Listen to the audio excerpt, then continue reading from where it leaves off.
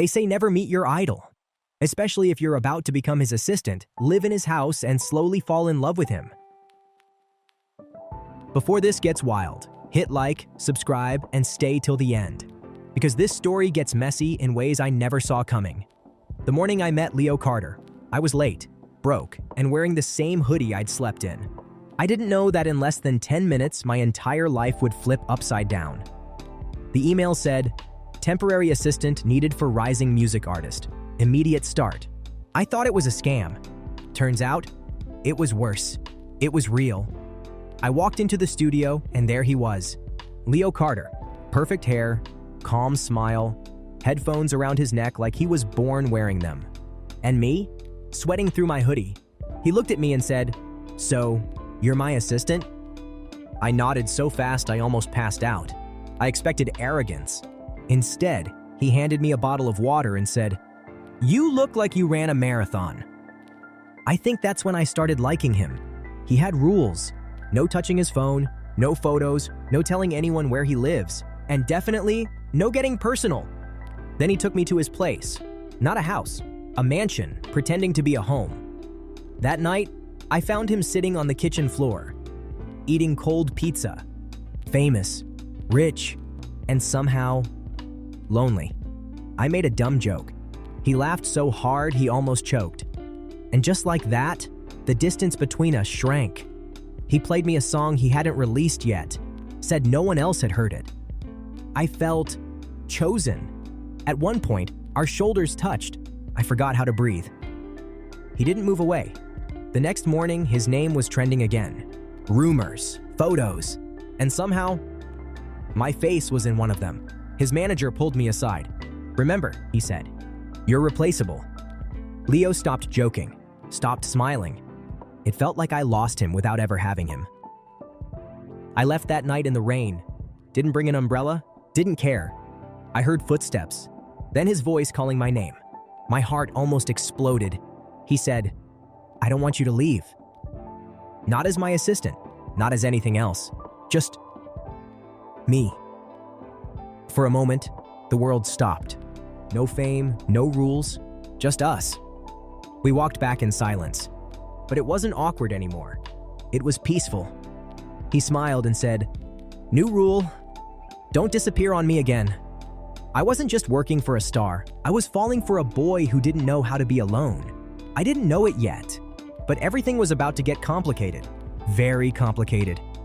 I woke up on the couch the next morning, sunlight hitting my face. For a second, I forgot where I was.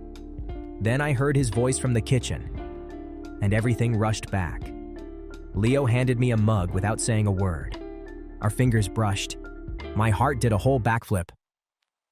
By noon, we were back in studio mode, headphones on, walls up, but the air between us felt different, charged. He stopped mid-song and sighed. "I can't finish this track," he said. "Something's missing." I joked. "Maybe it's missing a little chaos." He stared at me, then smiled slowly. "You might be right." He started writing again. Different tone, softer. And the lyrics sounded dangerously familiar. Then it happened. A blurry photo of us, laughing in the studio, hit the internet. And the comments exploded. His manager stormed in. "This ends now," he snapped. "You're distracting him." They told me I could stay if I kept my distance. Emotionally, physically, completely. Days passed. We worked side by side at pretending we weren't breaking inside. One night I heard him practicing the song again. My name was hidden between the lyrics, and I couldn't take it anymore. I stepped inside and said, "If this story feels real to you, if you're feeling this too, then don't forget to like, subscribe, and stay with us. Because what happens next changes everything."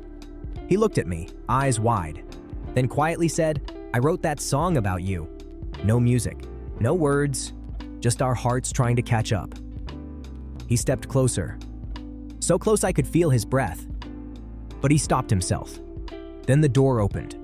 Reality walked back in. He was called away for a tour meeting, just like that. The moment was gone.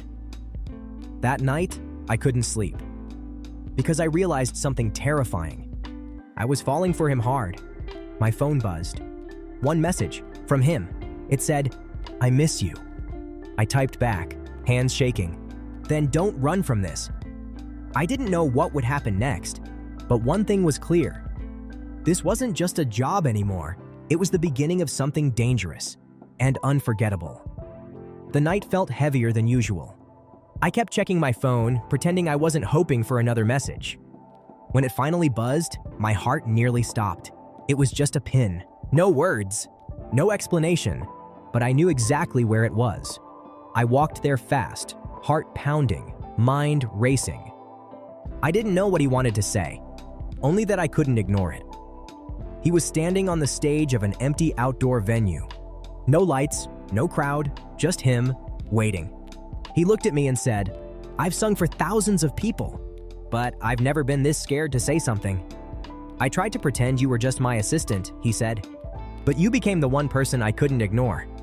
My voice shook, but I said it anyway. "I didn't plan on falling for you." But I did. For a second, time froze. No music, no noise, just our breaths. Then he stepped closer and kissed me.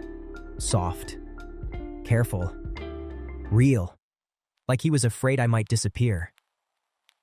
In that moment, the pressure, the fame, the fear, none of it mattered anymore. He pulled me into a hug that felt like home. And for the first time, I wasn't afraid of tomorrow. We agreed to be careful, to be honest, and to protect what we had, together. The next morning felt different. Lighter, like something good had finally begun. Weeks later, he played me his finished song. It wasn't about fame anymore. It was about us. When the song dropped, fans loved it. They felt the emotion, even if they didn't know the story behind it. People speculated, commented, guessed. But this time, we didn't hide. We learned that love doesn't have to be loud to be real. It just has to be honest. He squeezed my hand and said, "Whatever comes next, we face it together." I didn't know where life would take us, but for the first time, I wasn't afraid to find out. That night, he performed one final song. Not for the charts, but for me. In the crowd, our eyes met, and I knew this was real. For the first time in a long time, everything felt right. This wasn't a fairy tale. It was better. It was ours. If this story made you feel something, if you smiled or felt your heart race, then don't forget to like, subscribe, and share this story with someone who believes in love like this. Because stories like ours deserve to be told.